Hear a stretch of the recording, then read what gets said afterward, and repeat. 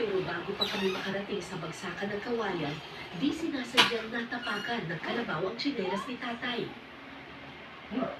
Bawal sumuko! Na. Sige, ne. Pops! Tinelas mo, tay! Halika, paunay natin. Ah! Teka lang! Teka lang po! Diyos ko! Tatay! Hala, hala, hala, hala! Oh, tumakbo na!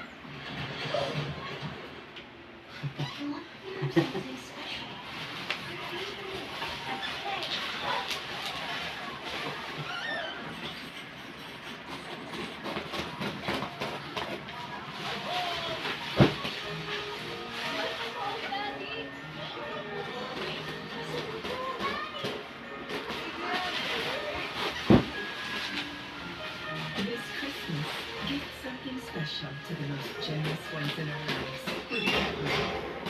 I knew I was underwater. I just didn't realize I was this underwater. If you're stressed about your paper, just get Grammarly. It's free. I don't need better grammar. I have an A on this essay. Grammarly can help with that. You highlight the topic and it will make an outline.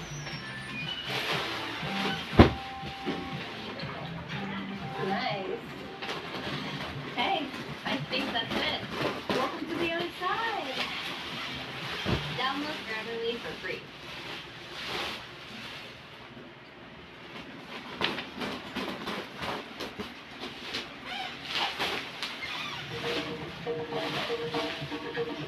Oh, gising yan! Tatali! Oh!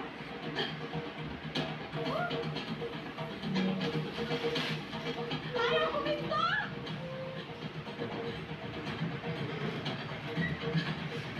Ayan na, may harap! Ay, salamat po. Oh! Ayan na, tumigil na! Ayan na. Diyos ko. Nakaiba na pala ba? Iyapak ka na lang.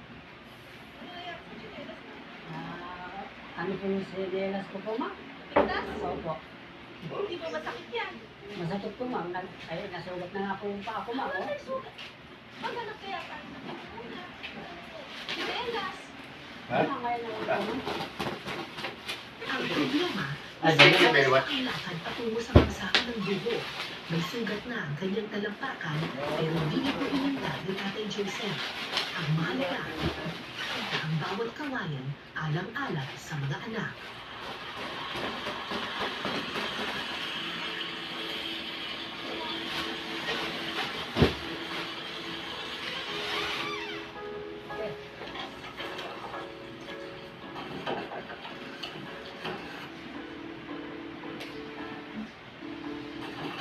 Ilang ulit kami nagpabalik-balik para maikarga ang lahat ng buho. Pero kumpara noon, mas madali-dali na ang proseso ngayon.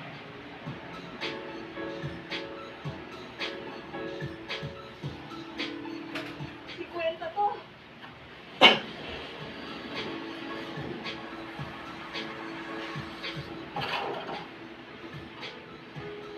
Kung dati kayod kalabaw sina Tatay Joseph at ang kanyang mga anak, ngayon sa pag-aaral na kumakayod ang mga bata. Yung mga bata naman po, dati, tumutulong sila sa akin pag may trabaho ako, pag may araw na Sabado. Ngayon, hindi na po, ma'am. Kasi may talagang nagawin ako na magbubuhat ng mabubuhat. Tapos si Maui nag-aaral. Opo, kaya hindi na po sila masyadong mag-a-absent. Kung minsan po, dinidiri ko po siya na. Kako, mag-a-absent ka na lang 2 araw muna. Ganyan pa magkay, ayaw ko tayo. Kasi Masasayang po yung araw, sabing ganun po, ma'am.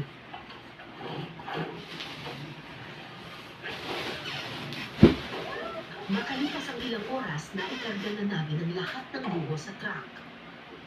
dati-rati mga 15 to 30 lang yung nakakarga ni tatay sa buong maghapon kasi mano-mano. Pero ngayon din mo, makaka-90 tayo na buho. Magkano kaya kikitain niya ngayon?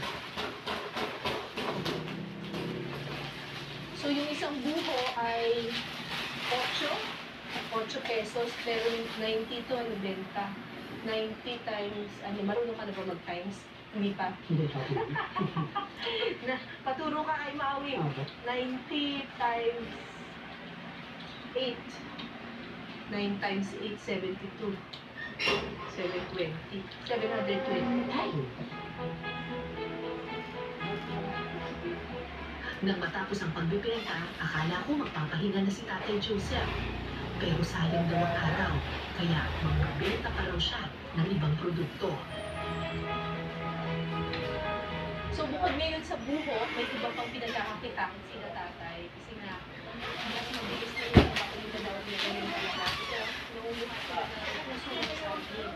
Magkano ba sila dito? Wala sila rin. Kaya si Kadong. Thank you po. Ay, bawang ito mga ito. Hindi ako. Tulog kita na karoon.